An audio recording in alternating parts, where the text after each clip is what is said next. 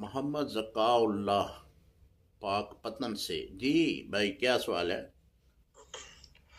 अस्सलाम वालेकुम मुफ्ती साहब, क्या हाल है? ठीक है।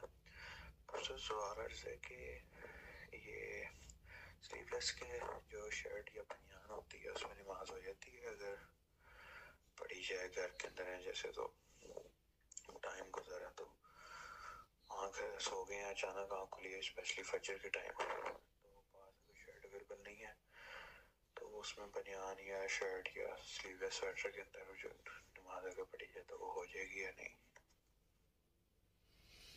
अस्सलाम वालेकुम रहमतुल्लाहि व बरकातुहू। भाई, आपने सवाल किया कि टी शर्ट पहने हुए नमाज पढ़े तो नमाज हो जाएगी। टी शर्ट का मतलब ये है कि हाफ बाजू वाली शर्ट। जी, हाफ बाजू वाली शर्ट पहनने से नमाज हो जाती है, लेकिन कुछ उलमा ने इसे मकरूह लिखा है, मकरूह तंज़ीही लिखा है।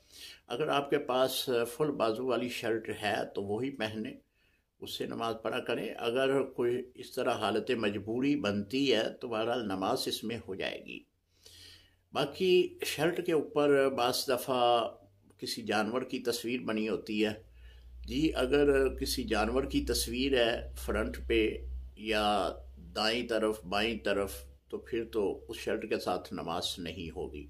हाँ, अगर अकब में है, पीछे है, तो फिर नमाज हो जाएगी।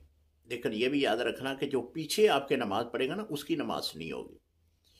तो टी शर्ट पहनकर यानी हाफ बाजू पहनकर नमाज पढ़ेंगे तो नमाज हो जाएगी।